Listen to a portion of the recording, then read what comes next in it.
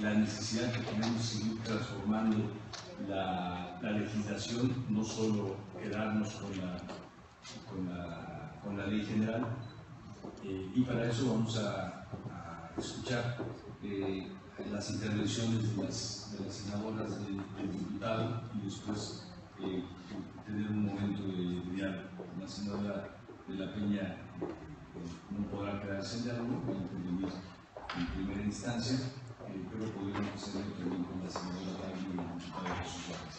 Bueno, pues, le voy a dar la palabra a la senadora de la Peña y quisiera decirle entre su larga carrera política y legislativa que ella impulsó la primera ley de derechos de niños, niñas y adolescentes en el año 2000 o 2001 me parece, en el año 2000, y que ha tenido este tema como prioritario en su agenda durante muchos años. Ha sido una luchadora y una trabajadora muy ardua en el legislativo, tanto en el Senado de la República como en la Cámara de Diputados. Hizo también una iniciativa previa a la iniciativa preferente que dio origen a esta ley y fue una de las cabezas dentro del Senado muy importantes para que se pudiera dar una discusión muy amplia que dio como fruto esta ley, una discusión muy corta en el tiempo, pero muy amplia, y ya con la posibilidad de tener mucho conocimiento de este tema y de aportar mucho para que se diera esta ley. Y también ha sido la iniciadora de la ley que comentamos ayer con la doctora Fromo, la Ley Nacional del Sistema Integral de Justicia Penal para Adolescentes, que estuvimos dialogando también, discutiendo con la senadora Tagui, con un grupo importante de senadores en el mes de abril y después en el mes de junio, y que dio como resultado esta legislación que vimos ayer con la doctora, y que tiene además otro enorme reto sobre ese tema. Muchas gracias, senadora, por estar aquí. Buenos días a todas y a todos. Espero que estén disfrutando de la Ciudad de México, quienes vienen y sé que vienen a la ciudad. Bueno, pues Coyoacán es uno de los lugares más lindos de la Ciudad de México y qué bueno que están acá. Estamos recordando la historia de este lugar cuando se constituyó la Echeverría. Y por supuesto también, a propósito de lo que mencionaba en su introducción Ricardo Bucio, a quien yo le tengo una gran admiración por todo el trabajo profesional que ha desarrollado, y hoy me parece que hace un acierto el gobierno federal al ponerlo como secretario técnico del Sistema Nacional de Protección de los Derechos de Niñas, Niños y Adolescentes, porque ciertamente cuando estábamos discutiendo la ley y cuando estábamos viendo cada una de las figuras que estábamos completando en la propia ley, por supuesto que pensábamos en cuáles debían ser los perfiles.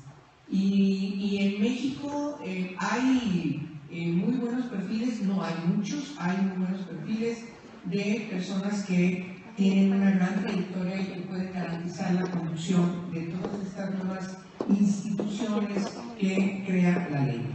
También, a propósito de todos los años que hemos transitado para que finalmente tengamos esa ley, sobre todo en su parte adjetiva, quiero decirlo, sobre todo en la parte adjetiva, porque en la parte sustantiva tenemos una ley, efectivamente, pero nunca pudimos lograr los consensos para transitar a la constitución de la parte adjetiva que hoy tiene fundamentalmente esta ley.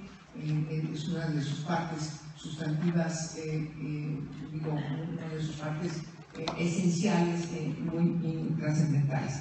Y lo platicaba precisamente con uno de los precursores desde las organizaciones no gubernamentales, Gerardo Saure, que está acá. Hola. Gerardo es uno de los integrantes de las organizaciones no gubernamentales en nuestro país especializadas en derechos de la niñez, que desde que se aprueba en Naciones Unidas la Convención sobre Derechos de la Niñez, desde entonces estas organizaciones se agruparon con una gran conocimiento de la hermenéutica de la Convención sobre Derechos de la Niñez, y sobre todo a partir de que México es uno de los primeros países que la aprueba en el ámbito de Naciones Unidas, 2 o 3 meses de que se aprueba la Convención, México ya estaba aprobando la Convención, y de tal manera que contribuye a que rápidamente sea uno de los tratados internacionales que también de manera histórica es aprobado por prácticamente un importante número de países en el mundo, lo cual permite que a unos meses de haberse aprobado en Naciones Unidas esta convención sea uno de los tratados internacionales de derechos humanos más aprobado y más pronto aprobado y puesto en vigor en el mundo. Hoy solamente Estados Unidos es el único país que falta por aprobarlo para que podamos decir que la Convención sobre Derechos de la Niñez es ahora sí que un tratado realmente universal. Bueno, habiendo hecho esta introducción, ciertamente hemos trabajado junto con las organizaciones. No se podría entender, y ustedes que están en los ámbitos gubernamentales, es muy importante que me permitan expresar lo que estoy diciendo respecto de que no hay manera de que podamos trascender a lograr la implementación de esta ley si no se hace en coordinación, en coadyuvancia, en tomar en cuenta la expertise de las organizaciones de la sociedad civil que están en cada una de las entidades. Por eso mismo la propia ley las reconocemos como parte de las nuevas instituciones que se crean desde el ámbito de las organizaciones no gubernamentales. Es verdad que ha tenido el Congreso permanente, ha tenido que iniciar un proceso desde la 57 legislatura, desde 1997, 98 al 2000, que se dan las primeras reformas a la Constitución. En primer lugar, la reforma al cuarto constitucional para visibilizar que niñas y niños menores de 18 años de edad son sujetas de derecho. ¿Sí? Estas personas que antes, a partir de derechos humanos en nuestro país, son consideradas como incapaces. Y, por supuesto, eso demerita la posibilidad de que puedan ser visibilizadas en cada uno de sus derechos. Hoy tenemos pendiente, por cierto, y espero que parte de los grandes lobbies que seguramente está haciendo Ricardo y cuenta con nosotros, por supuesto, definitivamente desde el Senado de la República, es importante aprobar el tercer protocolo facultativo de la Convención sobre Derechos de la Niñez para reconocer la competencia del comité, de tal manera que logremos concretar el reconocimiento pleno de esta personalidad jurídica que no se reconoce a quienes son menores de edad. Es decir, los niños, las niñas, adolescentes deben tener todas las condiciones desde los ámbitos administrativos para poder dar su opinión de los asuntos de su influencia, inclusive poder presentar las denuncias pertinentes que demeritan el goce de sus derechos humanos. Con esta reforma al cuarto constitucional comienzan otras reformas, efectivamente la 18 constitucional de 2005, luego posteriormente la inclusión en el artículo 4 de un principio fundamental que es el interés superior de la niñez en 2009, 2010 y posteriormente la determinación, el mandato para que el Congreso de la Unión pueda tener una sola ley general que pueda dotar de directrices a las entidades federativas en los municipios para que de manera corresponsable puedan constituir este gran sistema nacional que pueda implementar todas las acciones y políticas gubernamentales para lograr que efectivamente en este reconocimiento de que son sujetas y sujetos de derechos las niñas y niños menores de 18 años de edad podamos concretar la posibilidad de su aspiración legítima como personas en función de su dignidad humana a tener su proyecto de vida. Es muy importante destacar que detrás de la hermenéutica de todas estas reformas está precisamente reconocer que tienen derecho a tener su proyecto de vida y las instituciones están obligadas a garantizar todo lo que se requiere precisamente para que puedan completar este proyecto de vida de cada niña y de cada niño. Y eso quiere decir, pues, que el interés superior de la niñez, que quiere decir que este interés está por encima de otros intereses, que está investido desde todos los ámbitos gubernamentales y no gubernamentales, incluida la familia, la sociedad y por supuesto todas las instituciones gubernamentales en los tres órdenes de gobierno, en los tres poderes de la Unión, los organismos constitucionalmente autónomos, etcétera, todos, todas y todos tienen que trabajar para concretar cada uno de los derechos. Cuando hay dificultades en la familia original, el Estado tiene que entrar a apoyar a esa familia para proveer todo lo necesario, como dice la Constitución, en su hermenéutica de todas estas reformas, para garantizar que efectivamente se puede concretar que la niña y el niño sean lo que quieren ser. Así de sencillo, sean lo que quieren ser. Y en ese sentido, el interés superior de la niñez tiene que verse en función de otros principios rectores de los derechos de la niñez. Entre ellos, yo destaco de manera muy pertinente la corresponsabilidad de la familia con el Estado, con la familia, con el gobierno, para que puedan construir todo un estadio que se trabaje en función de lograr que las niñas y los niños sean felices desde ahora. No pensar en que en nuestro discurso siempre decimos hay que pensar en el futuro de la niñez. No, lo que tenemos que entender nosotros, quienes trabajamos a favor de los derechos de la niñez, es que tenemos que pensar en cada día, hoy, en el presente de esas niñas y de esos niños. Porque así es cada una de las edades etarias de la infancia y de la adolescencia.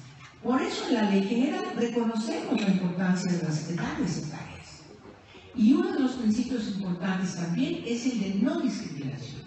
La no discriminación es uno de los principios rectores de los derechos humanos de niñas y niños que nos determina de manera puntual que para lograr el objetivo del cumplimiento de esta Ley General se tiene que resolver cada una de las situaciones de discriminación que pueden estar sufriendo las niñas y los niños. Además, desde este enfoque a partir del principio de igualdad sustantiva, en donde, que ese es otro principio rector importante, que integran las niñas y los niños sin diferenciación alguna en función de su género, sino sobre todo haciendo relevancia de que en función de la no discriminación hay que atender las desventajas históricas que las niñas y las adolescentes sufren. De tal manera que integramos en la Ley General también un mecanismo importante diseñado desde ECOSOC de Naciones Unidas, que es la perspectiva de género. Como ustedes pueden ver, en la Ley General desde que se comienza el primer artículo hasta el último transitorio, está inscrita cada uno de sus preceptos en función de influir en que cada quien que use esta ley, sea padre, madre, sea funcionaria, sea maestro, etcétera, cada una de las personas adultas tienen que verlo desde este enfoque de la perspectiva de género, es decir, definir, sobre todo en el ámbito gubernamental, políticas transversales que garanticen la perspectiva de género para poder resolver todos y poder entender y poder explicarse por qué pueden existir estas discriminaciones que muchas de ellas, si no nos las explicamos desde un análisis metodológico de la perspectiva de género, no vamos a poder determinar las acciones gubernamentales que requerimos. Entender por qué las niñas son más afectadas que los niños en determinadas situaciones que impiden el goce pleno de sus derechos, por ejemplo. En fin, todos los principios rectores, no voy a hablar de cada uno de ellos, sino simplemente en mi exposición general quiero hacer esta introducción para hablar en lo concreto respecto a lo que a ustedes ahora tienen como un reto desde los sistemas locales de protección de los derechos de niñas y adolescentes. También lo voy a hacer de manera muy general. Por supuesto, si tenemos este enfoque de que las niñas y los niños son sujetos de derechos, nosotros estamos obligados a trascender también una nefasta política inscrita en lo que se llama grupos en situación de vulnerabilidad. Las niñas y los niños menores de 8 años de edad, si son sujetos de derechos, si así lo considera la ley, es un contrasentido seguir incluyéndolos como grupos en situación de vulnerabilidad. Y voy a explicar en este sentido dos cuestiones doctrinales. La Convención sobre Derechos de la Niñez está inscrita en la doctrina de protección integral.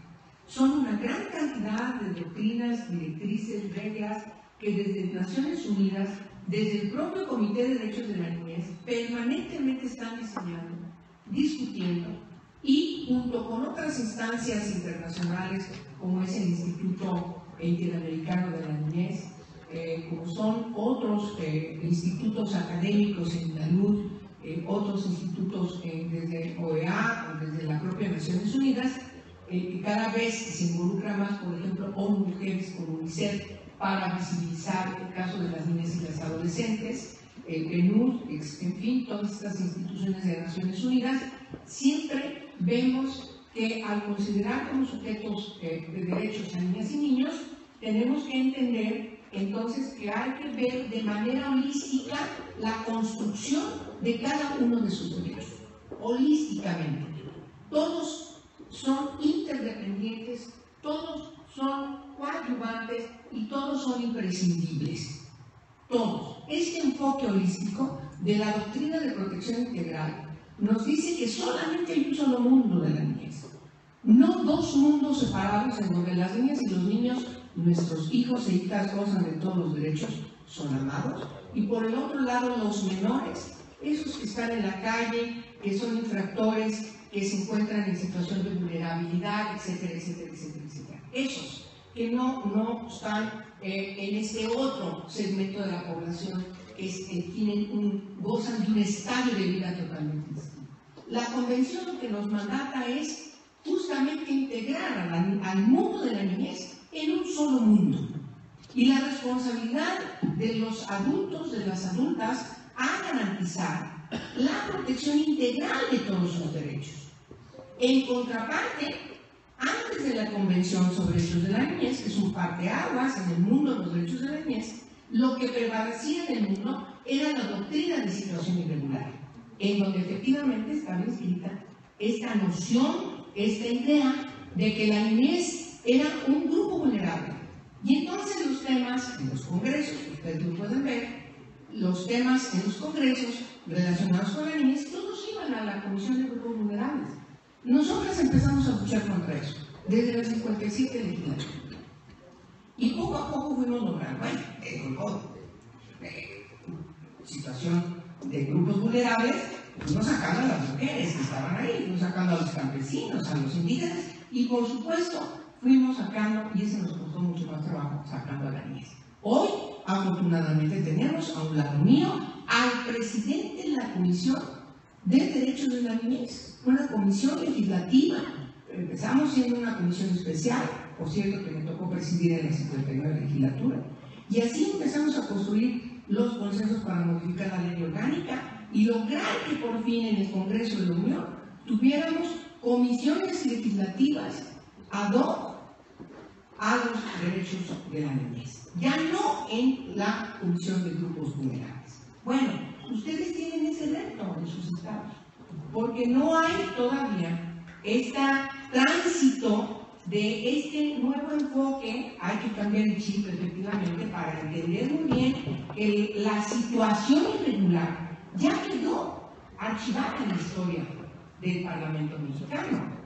¿Sí? Ya desde que empezamos a trabajar a la definición de que las personas menores de 18 años son sujetos de derechos, y este enfoque derivado de la Convención sobre Derechos de la Niñez, de un solo mundo de niñas y niños, y todos integrados y a resolver cada uno de los problemas o de los impedimentos que no permiten garantizar a las niñas y los niños todos sus derechos, pues desde el otro enfoque de la protección integral, ustedes van a terminar las políticas y las acciones desde otro enfoque, y por supuesto, pues los resultados van a ser también desde otro enfoque. ¿Sí? Esa es la primera recomendación general que yo hago. ¿Sí? Trabajar en entender la hermenéutica de la doctrina de protección integral. Porque si no, todo lo que ustedes decidan lo van a decidir desde la doctrina que ya dejamos archivada.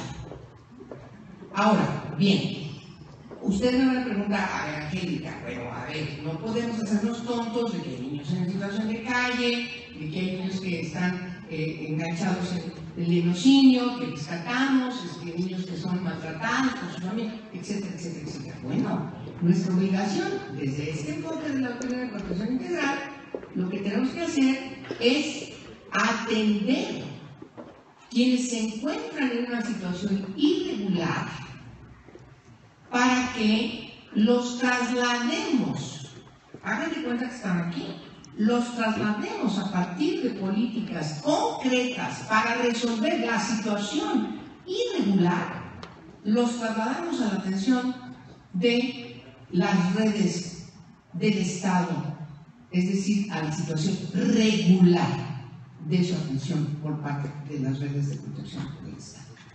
Quienes están sin educación, hay que trasladarlos a que sean protegidos, resolver esa situación de irregular, a trasladarlos acá en el menor tiempo posible para que estén inscritos en las redes de educación. No sé si me explico. Quienes están en situación de calle, resolver la situación de calle con políticas concretas. Ahora, es verdad, como dice la ley, hay que atender de manera especializada y específica.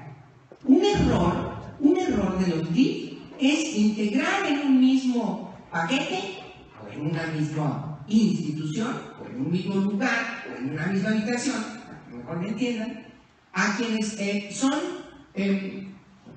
rescatados del lenocinio, a quienes se encuentran en situación de abandono. Ese es un error. O a quienes por alguna razón cometen algún delito, una infracción a las leyes penales y son menores de 12 años o menores de 14 años y no van al sistema de justicia penal para adolescentes. No pueden estar integrados en ningún lugar. Se tiene que atender de manera especializada y particular la situación irregular en la que se encuentran esas niñas y esos niños de manera especializada para rápido pasarlos a la atención regular por parte del Estado. Es la diferencia de la doctrina de protección integral que tiene que prevalecer a partir de las nuevas, del nuevo enfoque de nuestra Constitución y las nuevas leyes respecto de lo que antes prevalecía, que estaba inscrito a una época antes de la Convención sobre Derechos de la Niñez. ¿Por qué escribo mi intervención en la Convención? Porque esa es la pauta para poder entender cuáles son las tareas que tenemos desde los ámbitos locales para poder tener resultados distintos y no seguir manteniendo esta discriminación institucional de las niñas y los niños que se encuentran en una situación irregular, con todo lo que tiene que ver de estigmas, estereotipos, etcétera, etcétera, y no trasladarnos a esta situación de atención regular como todas las niñas y los niños. Y entonces, me parece que ese es el reto fundamental, político, que ustedes tienen que empezar a resolver en todas las acciones y políticas, planes de trabajo, todas las asesorías, todo lo que discutan con los ámbitos gubernamentales. Y me parece que en ese sentido, por eso, repito, es muy importante tener como aliados de manera estratégica, fíjense, de manera estratégica, a las organizaciones especializadas de la sociedad civil, a la academia, a quienes tienen tantos años justamente estudiando esta doctrina y, sobre todo, aplicándola al contexto nacional, y por supuesto, es lo que está atrás de todas las normas legales que hemos legislado desde el Congreso de la Unión. Es lo que está atrás. Y ese es el fundamento esencial de la Ley General de los Derechos de Niñas, Niños y Adolescentes, que, como decía efectivamente Ricardo, discutimos en el Senado a partir de obligadamente resolver en un mes la iniciativa preferente del presidente. Pero por supuesto ahí dictaminamos las leyes que existían en esa materia y claro, lo tengo que decir porque es mi trabajo y tengo mucho tiempo haciéndolo, también una ley en la materia que viene. Ahora bien,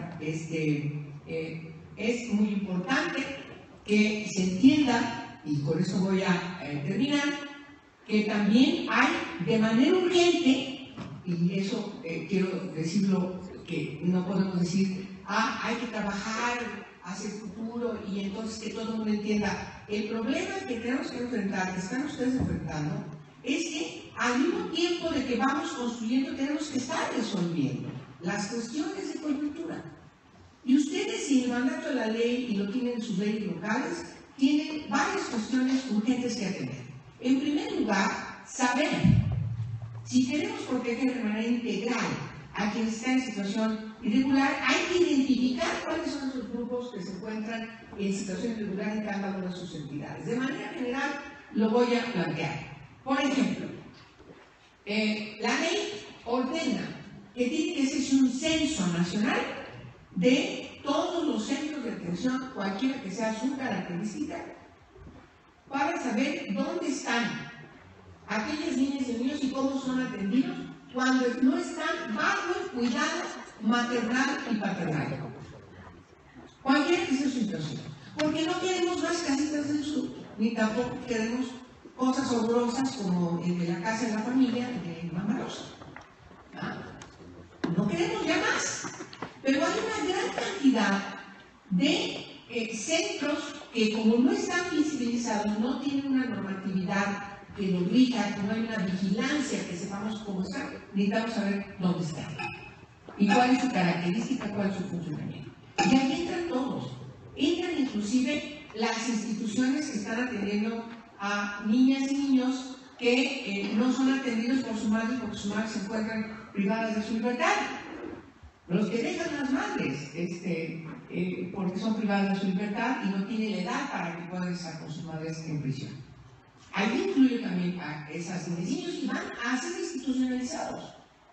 Y aquí conviene refrescar, en este sentido, apoyarse de las directrices de Naciones Unidas para orientar a los estados, parte de la Convención, sobre las políticas que hay que emprender cuando hay ausencia de cuidado parental.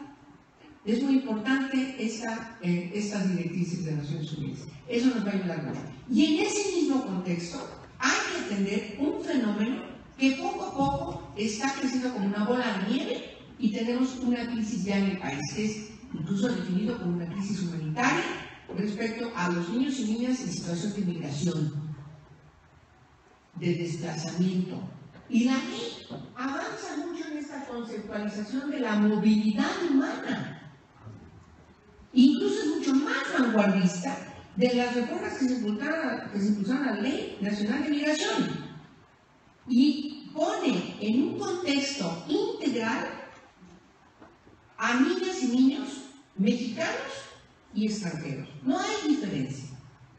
A quienes van acompañados o no van acompañados. A quienes son deportados o no, a quienes vienen de un estado y se trasladan a otro estado. En ese sentido es muy importante atender esa parte. Insisto, porque es una situación de gran crisis que crece como un problema de si fuera una bola de nieve. Hay otros temas que tienen que ver con la nutrición, que es importante atender. Las niñas y los niños, sobre todo en la primera etapa de su vida, si no logramos atender la nutrición, son niños y niñas que cuando lleguen a la primaria se van a dormir, no van a entender. Y entonces estamos buscando a esas niñas y esos niños respecto a tener todas las posibilidades desde su propia persona, el desarrollo de su propia persona, desde el desarrollo de su cerebro, para poder lograr que puedan tener condiciones de concretar lo que quieren ser. Entonces, es una parte muy importante. No hablo de todos los derechos, son 20 derechos que están escritos y desarrollados de manera puntual en la ley general, que prácticamente todas las leyes, como acaba de informar Ricardo Busso, los retoman.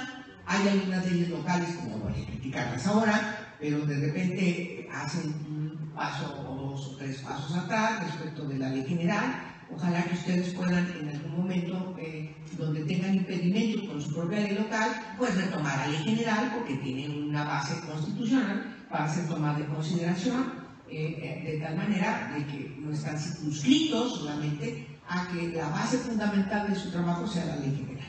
Y lo digo porque hay muchas leyes que son, por desgracia, no entendieron o alevosamente echan atrás muchos de los preceptos que logramos en la ley general por prejuicios y por situaciones que todavía, insisto, siguen preservándose, porque en México todavía no logramos avanzar hacia este camino diseñado por la Convención. Todavía tenemos rezagos de anteriores cuando, insisto, las niñas y los niños no eran considerados como sujetos plenos de derechos, y por supuesto hay organizaciones incluso reactivas a que pueda el Estado tomar consideraciones respecto a algunas situaciones en concreto de las niñas y los niños. Claro que el Estado tiene que hacer lo que le corresponde, claro que las familias tienen que hacer también lo que tienen como una responsabilidad inherente a ser madre o padre. Pero cuando hay una falta, cuando hay un fallo en esa familia original, tiene que entrar, porque es una responsabilidad del Estado, a resolver el problema. El papá o mamá no puede hacer lo que les dé la gana con su hijo o con su hija. Hace 200 años incluso estaba instituido en la humanidad el infanticidio como algo normal. El padre podía hacer lo que le diera en gana con su hija, con su hijo. Ahora no. Ahora no. Y entonces lo que tenemos que trabajar es precisamente también en coadyuvancia con las instituciones que tienen que ver con esta materia, pues también es un proceso de educación y quizás diseñar campañas permanentes, propositivas, en donde las niñas y los niños así sean considerados. Y termino recordando nada más una cosa. No hay mejor etapa de incidencia, de empoderamiento de las niñas y los niños que cuando Televisa impulsó aquella campaña de ojo, cuéntale a quien más confianza le tengas. No saben ustedes cómo cambiaron las niñas y los niños y efectivamente se alertaron respecto a situaciones que creían que eran normales, que llegara el abuelito y conociera a la niña, ¿no? O que el hermano adulto violara a la hermana chiquita, o que el vecino llegara y empezara a presionar y amenazar al niño, porque, perdónenme, la familia no crean que es el espacio en donde las niñas y los niños se encuentran protegidos de violaciones en sus derechos. Eso no es verdad. Y entonces, esa campaña de Televisa, que lástima que no siguió, ayudó mucho a que en su edad las niñas y niños más pequeños entendieran que estaban frente a una situación inapropiada o violatoria de sus derechos humanos. Y entonces avispó a las niñas y niños. Entonces hay que volver a esa etapa en donde la información y los medios de comunicación y las instituciones trabajan de manera permanente en orientar a las niñas y los niños respecto a que tienen derechos. Y esos derechos tienen que ser respetados. Sobre todo esos derechos que tienen que ver con violaciones a su intimidad. Y por supuesto construir los espacios para que las niñas y los niños también, que son los derechos de participación de la Convención y que los reconocemos de manera plena en la ley, también construir los espacios para que puedan opinar sobre los asuntos de su incumbencia, para que puedan dar su voz respecto a los asuntos que les competen y que son, en función de cada edad, cada vez más amplios. Su familia, su escuela, su comunidad, su colonia, su pueblo, su ciudad, su país. Muchas gracias a todos ustedes por su atención.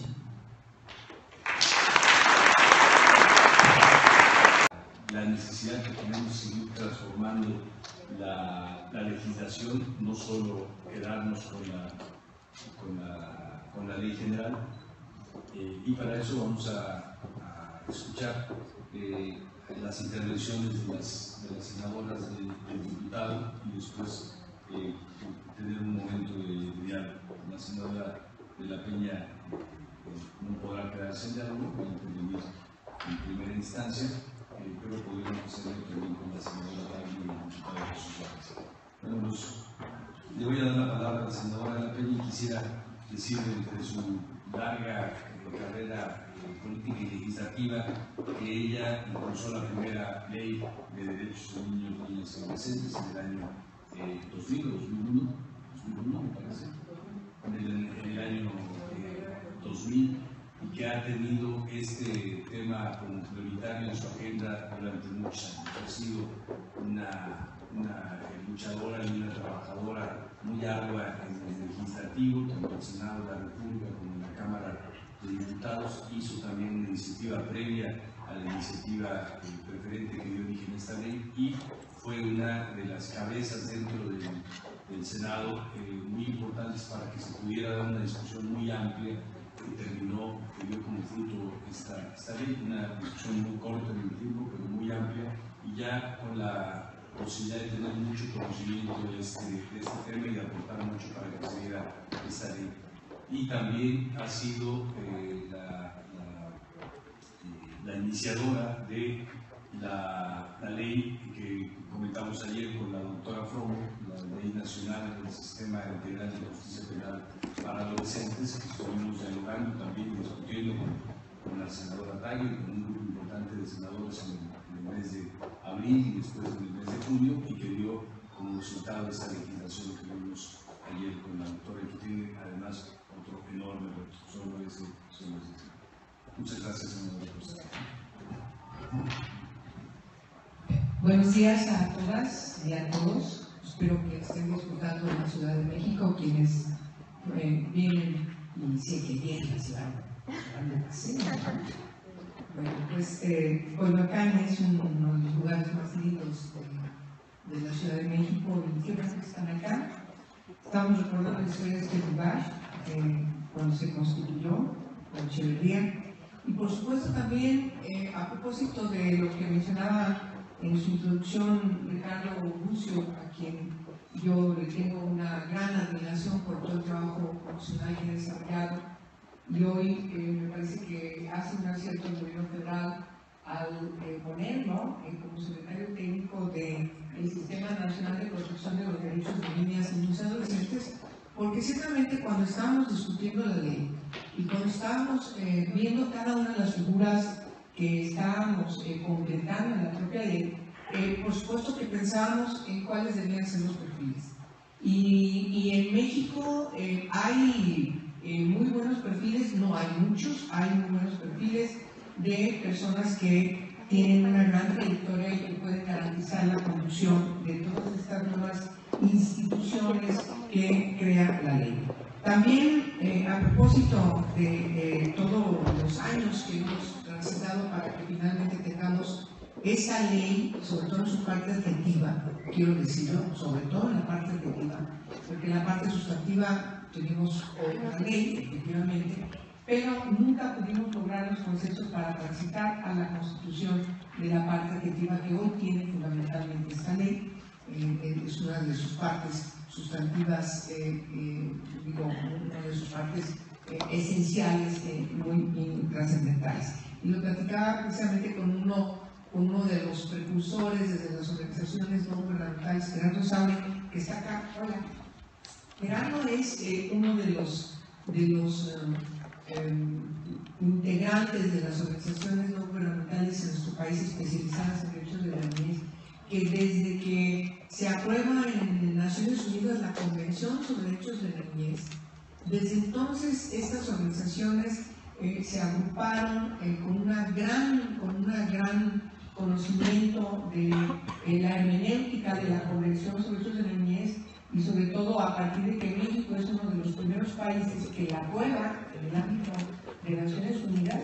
A 2 o 3 meses de que se aprueba la Convención, México ya estaba aprobando la Convención, y de tal manera que contribuye a que rápidamente sea uno de los tratados internacionales que también de manera histórica es aprobado por prácticamente un importante número de países en el mundo, lo cual permite que a unos meses de haberse aprobado en Naciones Unidas esta convención sea uno de los tratados internacionales de derechos humanos más aprobado y más pronto aprobado y puesto en vigor en el mundo. Hoy solamente Estados Unidos es el único país que falta por aprobarlo para que podamos decir que la Convención sobre Derechos de la Niñez es ahora sí que un tratado realmente universal.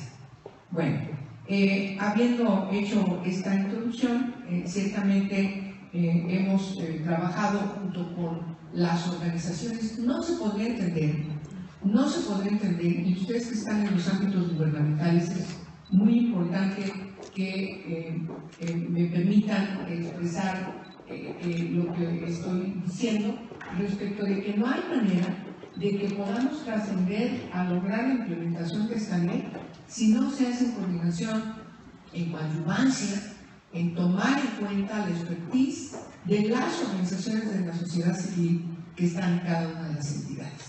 Por eso mismo la propia ley las reconocemos como parte de las nuevas instituciones que se crean desde el ámbito de las organizaciones no gubernamentales.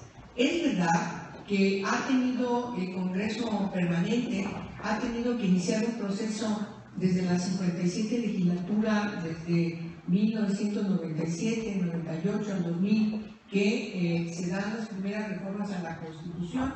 En primer lugar, la reforma al cuarto constitucional para visibilizar que niñas y niños menores de 18 años de edad son sujetas de derecho. ¿Sí? Estas personas que antes, a partir del derecho formado en nuestro país, son consideradas como incapaces.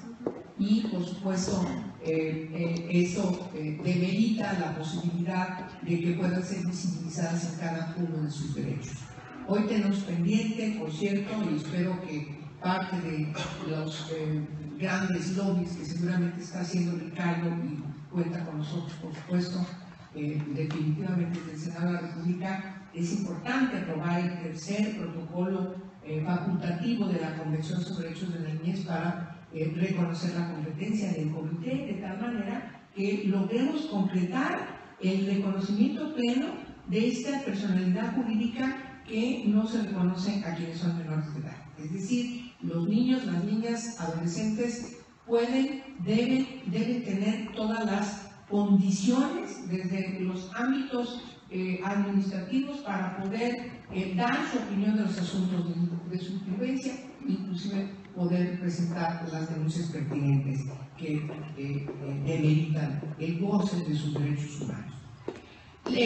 Con esta reforma al cuarto constitucional comienzan otras reformas, efectivamente la 18 constitucional de 2005, luego posteriormente la inclusión en el artículo 4 de un principio fundamental que es el interés superior de la niñez en 2009, 2010 y posteriormente la determinación, el mandato para que el Congreso de la Unión pueda tener una sola ley general que pueda dotar de directrices a las entidades federativas en los municipios para que de manera corresponsable puedan constituir este gran sistema nacional que pueda implementar todas las acciones y políticas gubernamentales para lograr que efectivamente en este reconocimiento de que son sujetas y sujetos de derechos las niñas y niños menores de 18 años de edad podamos concretar la posibilidad de su aspiración legítima como personas en función de su dignidad humana a tener su proyecto de vida. Es muy importante destacar que detrás de la hermenéutica de todas estas reformas está precisamente reconocer que tienen derecho a tener su proyecto de vida y las instituciones están obligadas a garantizar todo lo que se requiere precisamente para que puedan completar este proyecto de vida de cada niña y de cada niño.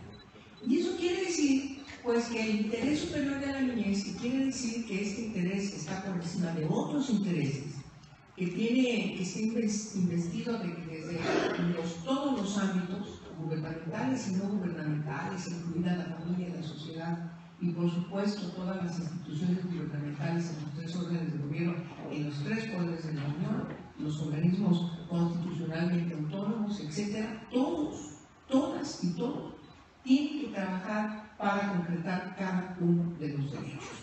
Cuando hay dificultades, en la familia original, el Estado tiene que entrar a apoyar esa familia para proveer todo lo necesario, como dice la Constitución, en su hermenéutica de todas estas reformas, para garantizar que efectivamente se puede concretar que la niña y el niño sean lo que quieren ser. Así de sencillito, sean lo que quieren ser. Y en ese sentido, el interés superior de la niñez tiene que verse en función de otros principios rectores de los derechos de la niñez.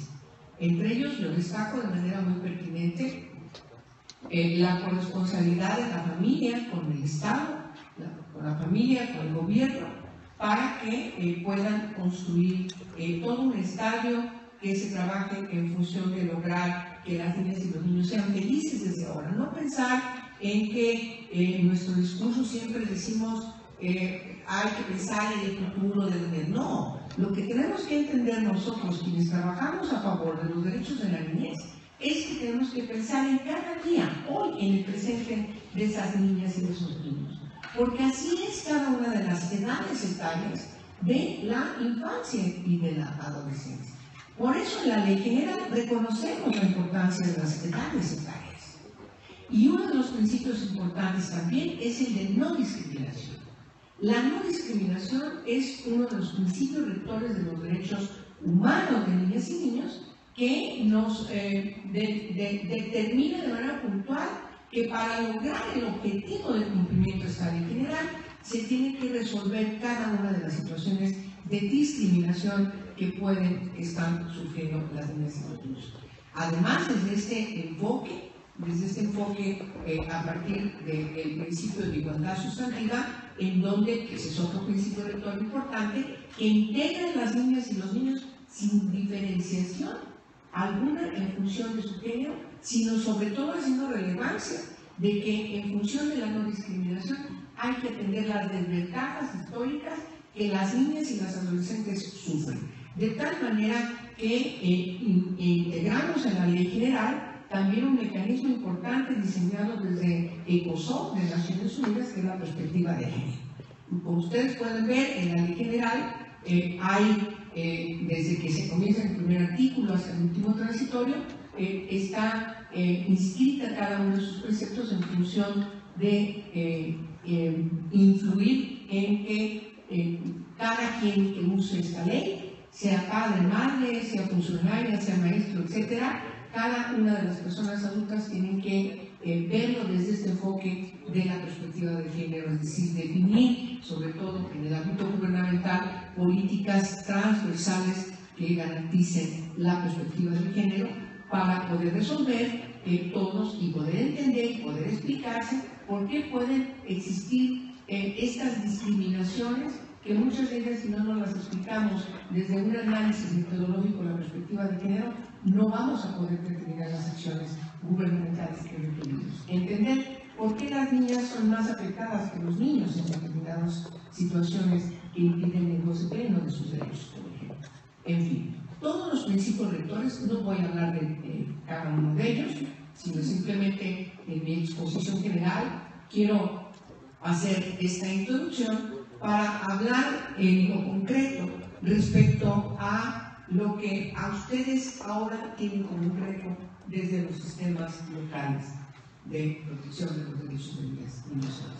También lo voy a hacer de manera muy general.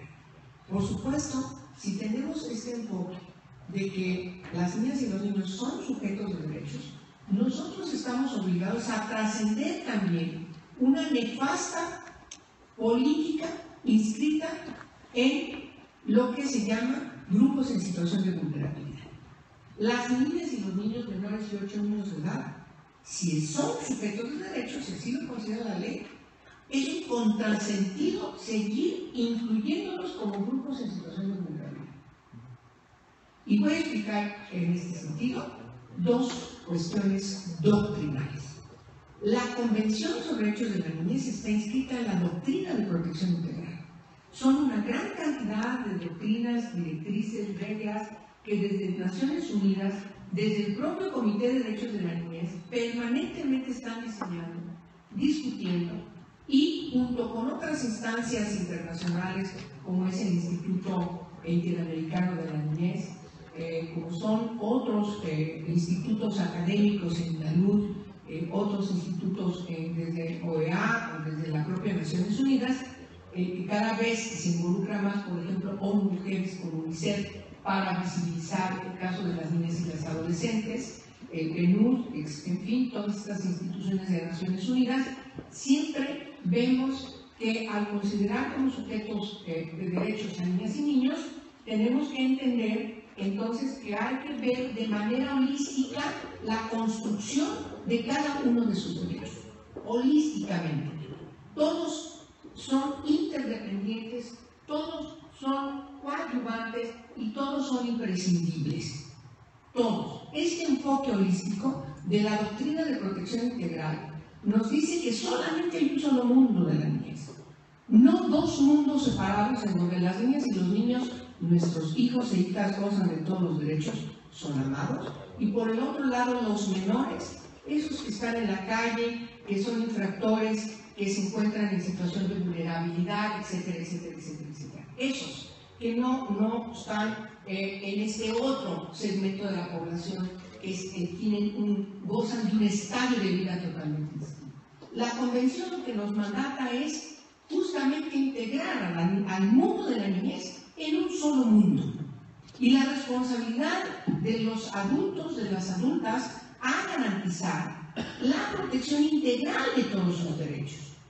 En contraparte, antes de la Convención sobre Derechos de la Niñez, que es un parteaguas en el mundo de los derechos de la niñez, lo que prevalecía en el mundo era la doctrina de situación irregular, en donde efectivamente estaba inscrita esta noción, esta idea de que la niñez era un grupo vulnerable. Y entonces los temas en los congresos, ustedes lo pueden ver, los temas en los congresos relacionados con la niñez, todos iban a la Comisión de Grupos Vulnerables. Nosotras empezamos a luchar contra eso, desde las 57 legislaturas. Y poco a poco fuimos logrando, situación de grupos vulnerables, fuimos sacando a las mujeres que estaban ahí, fuimos sacando a los campesinos, a los indígenas, y por supuesto fuimos sacando, y eso nos costó mucho más trabajo, sacando a la niñez.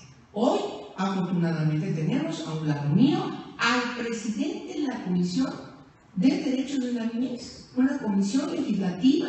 Empezamos siendo una comisión especial, por cierto que me tocó presidir en la 59 legislatura, y así empezamos a construir los consensos para modificar la ley orgánica y lograr que por fin en el Congreso de la Unión tuviéramos comisiones legislativas ad hoc a los derechos de la niñez, ya no en la Comisión de Grupos Vulnerables. Bueno, ustedes tienen ese reto en sus estados, porque no hay todavía este tránsito de este nuevo enfoque. Hay que cambiar el chip efectivamente para entender muy bien que la situación irregular ya quedó archivada en la historia del Parlamento mexicano.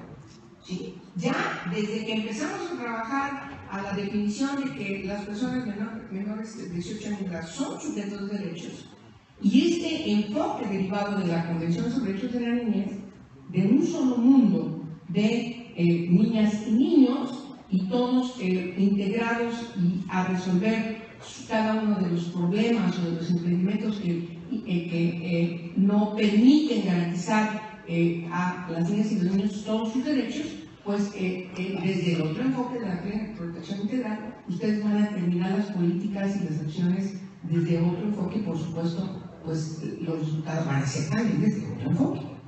¿Sí? Esa es la primera recomendación general que yo hago. ¿Sí? Trabajar en entender la hermenéutica de la doctrina de protección integral. Porque si no, todo lo que ustedes decidan lo van a decidir desde la doctrina que ya dejamos archivada. Ahora, bien, ustedes me van a preguntar, a ver, Angélica, bueno, a ver, no podemos hacernos tontos de que hay niños en situación de calle, de que hay niños que están enganchados en el lenocinio, que rescatamos, niños que son maltratados por su familia, etcétera, etcétera, etcétera. Bueno, nuestra obligación, desde este enfoque de la doctrina de protección integral, lo que tenemos que hacer es atender quienes se encuentran en una situación irregular para que los traslademos, hagan de cuenta que están aquí, los traslademos a partir de políticas concretas para resolver la situación irregular, los trasladamos a la atención de las redes del Estado, es decir, a la situación regular de su atención por parte de las redes de protección del Estado. Quienes están sin educación, hay que trasladarlos a que sean protegidos, resolver esa situación de irregular, a trasladarlos acá en el menor tiempo posible para que estén inscritos en las redes de educación. No sé si me explico. Quienes están en situación de calle, resolver la situación de calle con políticas concretas. Ahora, es verdad, como dice la ley, hay que atender de manera especializada y específica. Un error de los DIF es integrar en un mismo paquete, o en una misma institución, o en un mismo lugar, o en una misma habitación, para que mejor me entiendan, a quienes son rescatados del lenocinio, a quienes se encuentran en situación de abandono. Ese es un error. O a quienes por alguna razón cometen algún delito, una infracción a las leyes penales y son menores de 12 años o menores de 14 años y no van al sistema de justicia penal para adolescentes. No pueden estar integrados en ningún lugar. Se tiene que atender de manera especializada y particular la situación irregular en la que se encuentran esas niñas y esos niños de manera especializada para rápido pasarlos a la atención regular por parte del Estado. Es la diferencia de la doctrina de protección integral que tiene que prevalecer a partir de las nuevas, del nuevo enfoque de nuestra Constitución y las nuevas leyes respecto de lo que antes prevalecía, que estaba inscrito a una época antes de la Convención sobre Derechos de la Niñez. ¿Por qué escribo mi intervención en la Convención? Porque esa es la pauta para poder entender cuáles son las tareas que tenemos desde los ámbitos locales para poder tener resultados distintos y no seguir manteniendo esta discriminación institucional de las niñas y los niños que se encuentran en una situación irregular, con todo lo que tiene que ver de estigmas, estereotipos, etcétera, etcétera, y no trasladarnos a esta situación de atención regular como todas las niñas y los niños. Y entonces, me parece que ese es el reto fundamental, político, que ustedes tienen que empezar a resolver en todas las acciones y políticas, planes de trabajo, todas las asesorías, todo lo que discutan con los ámbitos gubernamentales. Y me parece que en ese sentido, por eso, repito, es muy importante tener como aliados de manera estratégica, fíjense, de manera estratégica, a las organizaciones especializadas de la sociedad civil, a la academia, a quienes tienen tantos años justamente estudiando esta doctrina y, sobre todo, aplicándola al contexto nacional y, por supuesto, en lo que está atrás de todas las normas legales que hemos legislado desde el Congreso de la Unión. Es lo que está atrás. Y ese es el fundamento esencial de la Ley General de los Derechos de Niñas, Niños y Adolescentes, que, como decía efectivamente Ricardo, discutimos en el Senado a partir de obligadamente resolver en un mes la iniciativa preferente del presidente. Pero por supuesto ahí dictaminamos las leyes que existían en esa materia y claro, lo tengo que decir porque es mi trabajo y tengo mucho tiempo haciéndolo, también una ley en la materia de parte bien. Ahora bien, es muy importante que se entienda, y con esto voy a terminar, que también hay de manera urgente, y eso quiero decirlo, que no podemos decir hay que trabajar hacia el futuro y entonces que todo el mundo entienda. El problema que tenemos que enfrentar, que están ustedes enfrentando, es que al mismo tiempo de que vamos construyendo, tenemos que estar resolviendo las cuestiones de coyuntura. Y ustedes, si el mandato de la ley y lo tienen en sus leyes locales, tienen varias cuestiones urgentes que atender. En primer lugar, saber si queremos proteger de manera integral a quienes están en situación irregular, hay que identificar cuáles son esos grupos que se encuentran en situación irregular en cada una de sus entidades. De manera general, lo voy a plantear. Por ejemplo, la ley ordena que tiene que hacerse un censo nacional de todos los centros de atención, cualquiera que sea su característica, para saber dónde están aquellas niñas y niños y cómo son atendidos cuando no están bajo el cuidado maternal y paternal. Cualquiera que sea su situación. Porque no queremos más casitas del sur, ni tampoco queremos cosas horrorosas como el de la casa de la familia de Mamá Rosa. No queremos ya más. Pero hay una gran cantidad de centros que, como no están visibilizados, no tienen una normatividad que lo obliga, que no hay una vigilancia, que sepamos cómo están, necesitamos saber dónde están y cuál es su característica, cuál es su funcionamiento. Y ahí entran todos, entran inclusive las instituciones que están atendiendo a niñas y niños que no son atendidos por su madre porque sus madres se encuentran privadas de su libertad. Los que dejan las madres porque son privadas de su libertad y no tienen la edad para que puedan estar con sus madres en prisión. Ahí incluye también a esas niñas y niños y van a ser institucionalizados. Y aquí conviene refrescar, en ese sentido, apoyarse de las directrices de Naciones Unidas para orientar a los estados, parte de la Convención, sobre las políticas que hay que emprender cuando hay ausencia de cuidado parental. Es muy importante estas directrices de Naciones Unidas.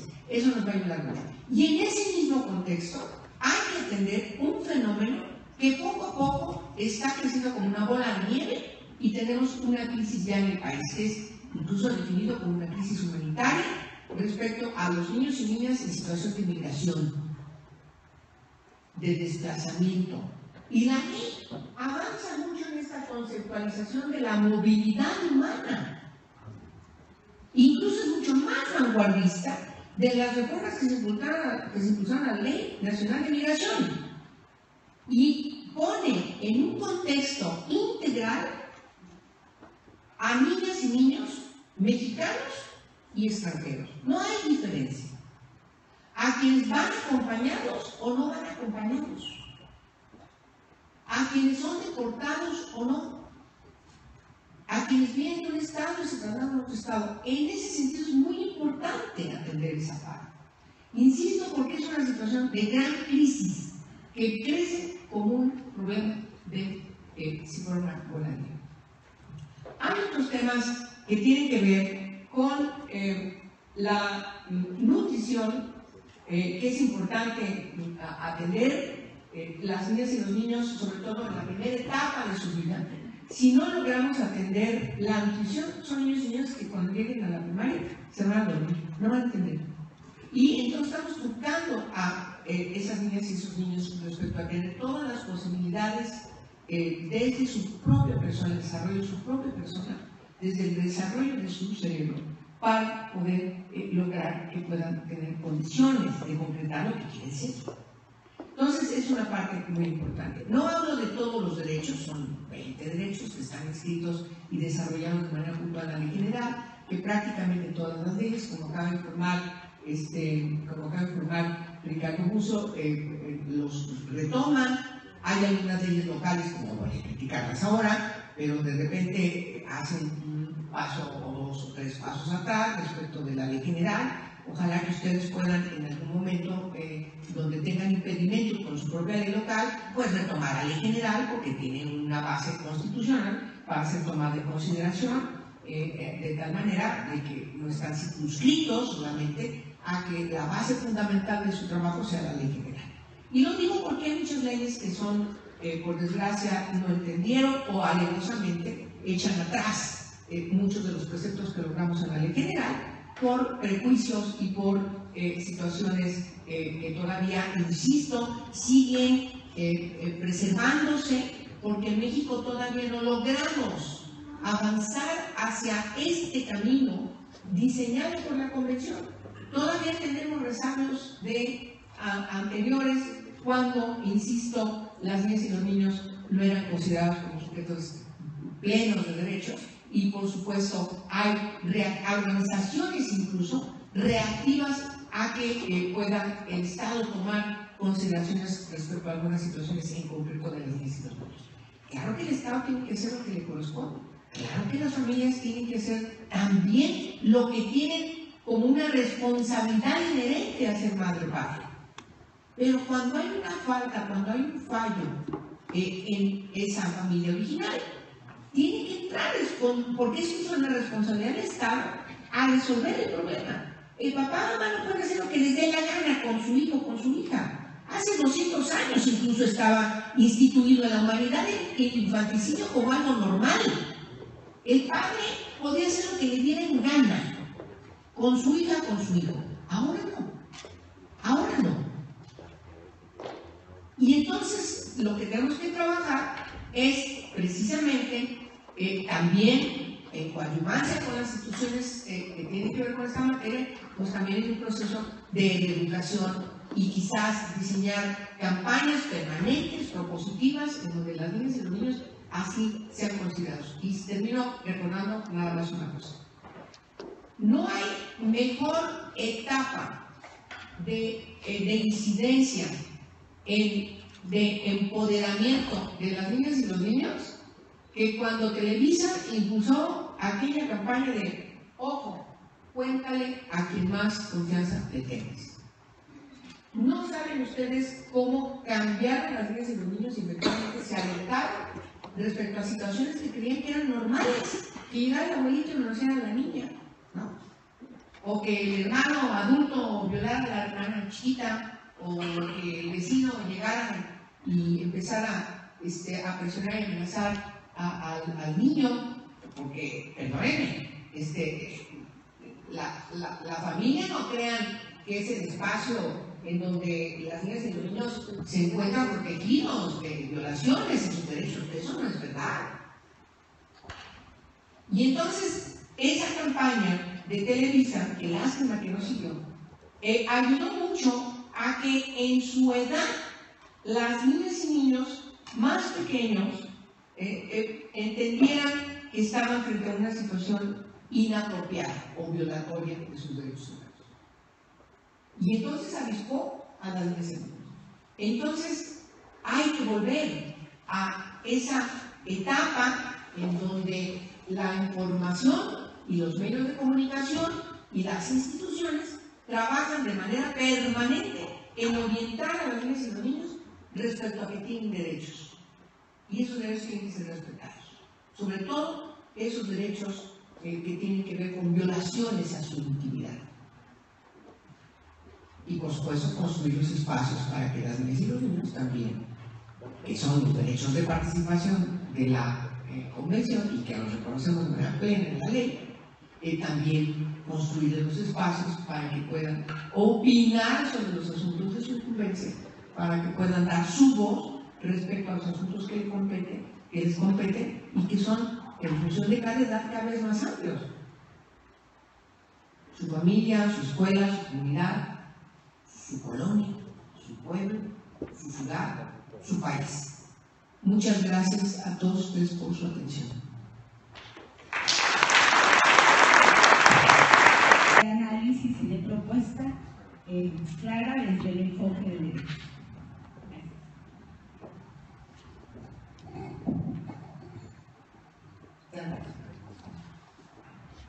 Un comentario muy breve sobre yo creo que es un enorme avance, es el mejor avance el hecho de que tengamos el interés superior de la niñez en la Constitución.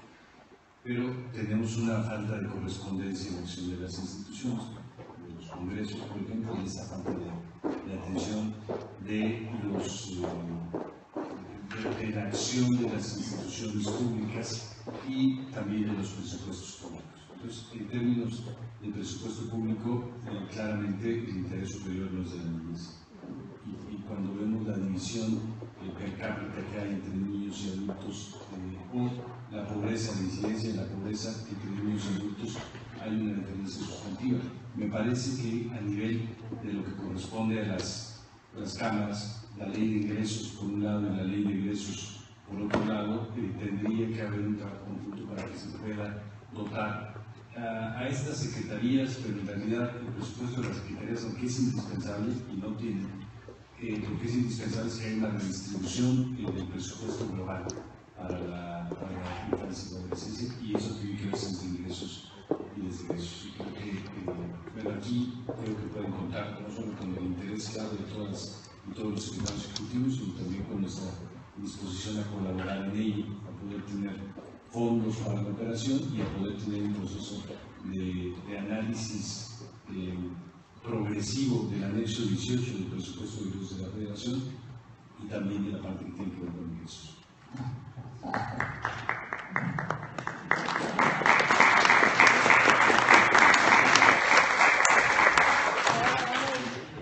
Muy bien, bueno, pues voy a contestar. Yo creo que empiezo por esto que ha decidido, esto que ha dicho Ricardo Musso. Ana, pues es que sin dinero no hay manera. Miren, este problema se ha vivido siempre. Si hay este enfoque de situación irregular, pues prevalece también ese enfoque ahora que se terminan los recursos. No, ¿para qué? No hay quién, etcétera. No es que esté en la agenda de manera prioritaria el tema que tiene que ver con los ciudadanos, por desgracia no es así. Si prevalece una opinión que cada vez cobra mayor fuerza respecto de exigibilidad, de conocimiento de los derechos de los pueblos indígenas, los tenemos militando, los tenemos exigiendo, etcétera, etcétera, o en el caso de las personas con discapacidad, que también están todo el tiempo exigiendo ser reconocidos, o bueno, que les puedo decir el caso de las mujeres. El presupuesto de egresos empieza a cambiar poco a poco, legislatura tras legislatura, hasta que finalmente se logra meter en la ley del presupuesto el concepto de perspectiva de género y meter un paquete de recursos a ciertos apoyos que tienen que ver con algunos de los derechos de las mujeres, hasta que finalmente se logra el anexo 9A después del 10. En fin, me parece que esa es una experiencia importante que nosotros, la Cámara de Diputados, no logramos concretar. Yo creo que ahora es una tarea que va seguramente a lograr el señor diputado Jesús Valencia para que pueda atender ciertamente esta necesidad que permita garantizar que no solamente la Federación, sino también las entidades federativas tengan una etiquetación, como lo hicimos cuando etiquetamos los apoyos a los institutos de las mujeres.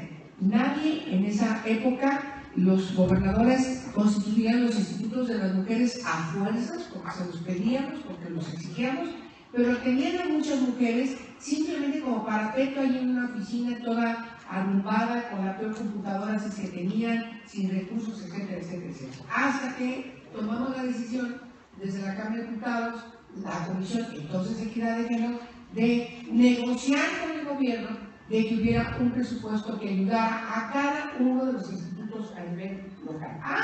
Eso permitió que vivieran, que estuvieran, que se visibilizaran, que se les diera su lugar a los institutos de las mujeres. Pues lo mismo tiene que pasar en el caso de derechos de la niñez. Entonces, pero esa pregunta me parece que ciertamente no adelanto, es algo que seguramente va a abordar el señor diputado, presidente de la Comisión de la Niñez, porque el tema presupuestal es un tema que tiene exclusividad en la Cámara de Diputados.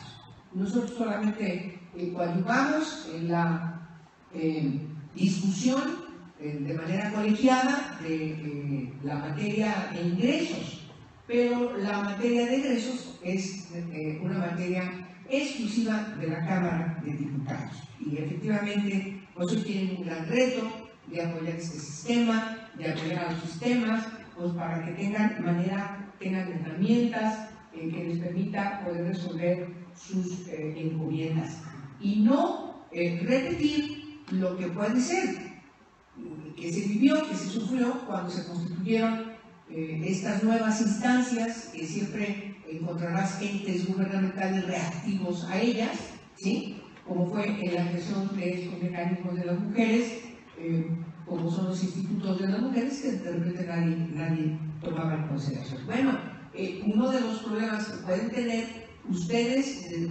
desde los sistemas locales es justamente que los tengan allí simplemente para cumplir con una moda, ¿no? Y no con un asunto estructural que es con el que estamos trabajando, ¿no? Entonces, me parece muy importante que se siga trabajando desde el presupuesto para apoyar. Y ahí creo que es importante que la Cámara de Diputados se apreste a dar esa gran pelea y, claro, tendrán un aplauso y apoyo de todos nosotros y de todas nosotras.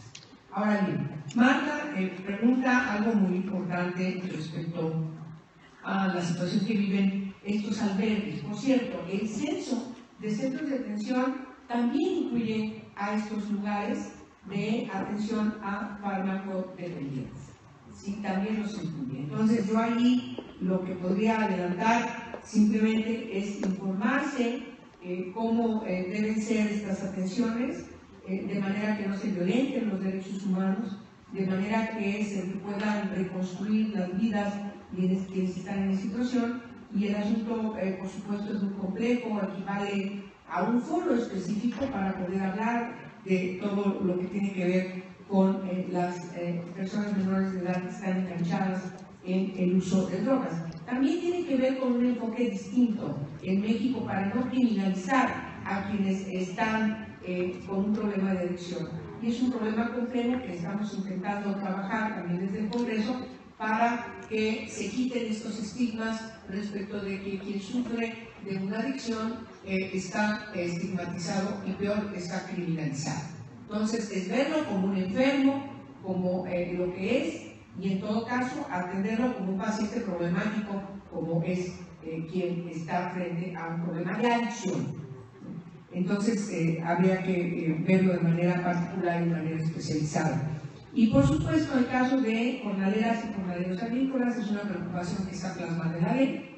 Nos importa mucho que no siga avanzando, como está avanzando en muchos estados de la República, la construcción de estas granjas, de estos ranchos amurallados, en donde trasladan a la población más pobre de nuestro país y literalmente con toda su familia, los encierran en estos lugares, y todos los integrantes de esa familia, desde los más viejitos hasta los niños más pequeños, forman parte de la mano de obra de esta explotación. Esta es una forma de trata de personas con fines de explotación laboral que está sancionada en la ley.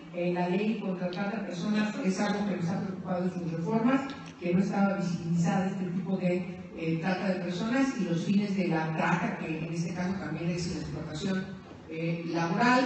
Y entonces estamos frente a dos delitos y que están inscritos en las reformas a la ley de trata, pero las propias leyes como están ahora y como quedó inscrito en la ley de protección de los derechos de la niñez, se puede proceder, sobre todo en la protección de las personas menores de edad. En la ley contra la trata estamos especificando que las personas, la ley, las reformas que esperemos pronto en el próximo periodo con ayuda del diputado, los sacaremos porque tiene que ver con la protección de personas menores de edad que no están obligadas a que puedan comprobarse los medios comisivos que lo tienen.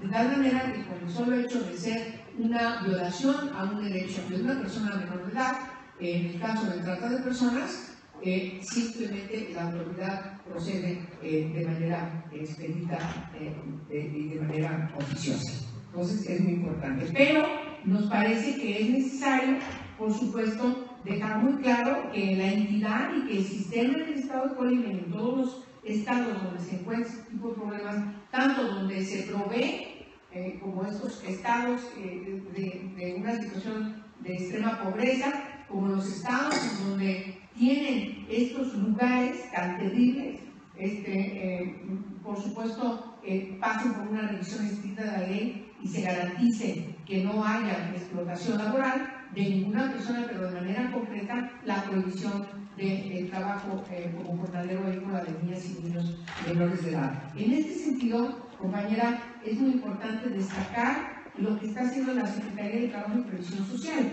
Me parece que por ahí podemos tener una aliado importante, que a veces quisiéramos que tuviera mayor incidencia en lo que está haciendo, pero tiene mucha claridad en ir contra el trabajo infantil, contra el trabajo de niñas y niños jornaleros agrícolas. Hay un reconocimiento incluso a las empresas que prohíben y que se cuidan que no haya explotación de niñas y niños. A veces son los propios padres, este es otro fenómeno que yo encontré en San Quintín. Por ejemplo, son los padres los que con el capataz empiezan a tener tratos para que el jornalero vaya acompañado de su hija, su hijo menor de edad, pequeñito, y empiezan a darles también los baldes, las cubetas o las jarras para ir poco a poco recolectando los frutos rojos.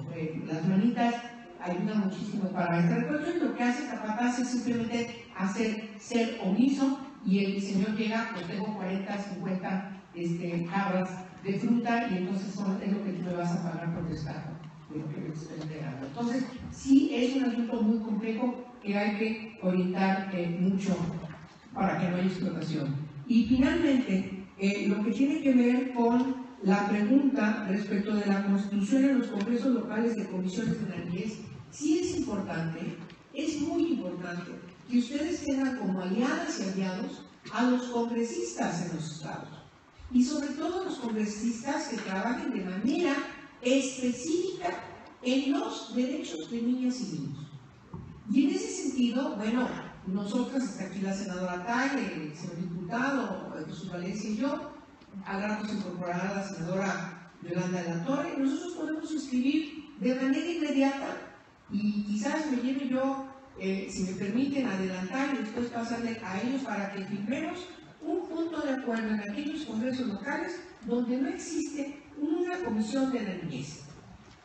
Eso puede coadyuvar, independientemente de que también, insisto, pónganse en contacto con las organizaciones no gubernamentales que luchan, que trabajan en favor de los derechos de la niñez en su entidad federativa, para que les apoyen en esta propuesta que es totalmente correcta y necesaria y imprescindible para poder garantizar tener ustedes el apoyo que se requiere desde los congresos locales. No solamente para la etiquetación a nivel local de los recursos que se necesitan, de las revisiones de la ley también. La ley mandata la revisión de todo el marco jurídico para reformar todos aquellos preceptos que se contravienen con la ley. Y en muchos estados es absurdamente imposible poder reformar algunos códigos civiles o códigos penales que siguen manteniendo preceptos contrarios a los derechos, violatorios de los derechos de la niñez. Por ejemplo, el caso del rapto. Es inadmisible que siga todavía ese tipo de conceptos, o que se sancione más por abigeato que por una violación a una niña. Es decir, necesitan ustedes en ese sentido, claro, del Congreso, y me parece que tener una comisión específica de derechos de la niña pues es un paso importante para poder tener ahí aliadas y aliados en los congresos locales que les permitan a ustedes también cumplir con su responsabilidad y cumplirla bien, dar buenas cuentas y que eso se note en la incidencia del cambio de vida de aquellas niñas y aquellos niños que hoy se encuentran ante una situación de violación flagrante de sus derechos humanos. Ese es el reto que ustedes tienen. De tal manera que, si me permite Marta y Jesús, adelanto este punto de acuerdo, revisando qué congreso local no tiene una comisión de niñez, y en la próxima reunión de la permanente se puede presentar de tal manera que sea alguna apoyo. Y claro, dar seguimiento a que cada congreso local lo cumpla cuando le llegue el punto de acuerdo desde la permanente, exhortándonos respetuosamente a que constituyan sus comisiones de la niñez, de los derechos de la niñez. ¿Les parece? Pues les agradezco mucho su atención, su paciencia, les deseo todos los éxitos y cuentan con el apoyo que modestamente les podamos dar y todas las porras que ustedes requieren, porque quieren, insisto, una encomienda histórica de una gran envergadura. No hay mejor trabajo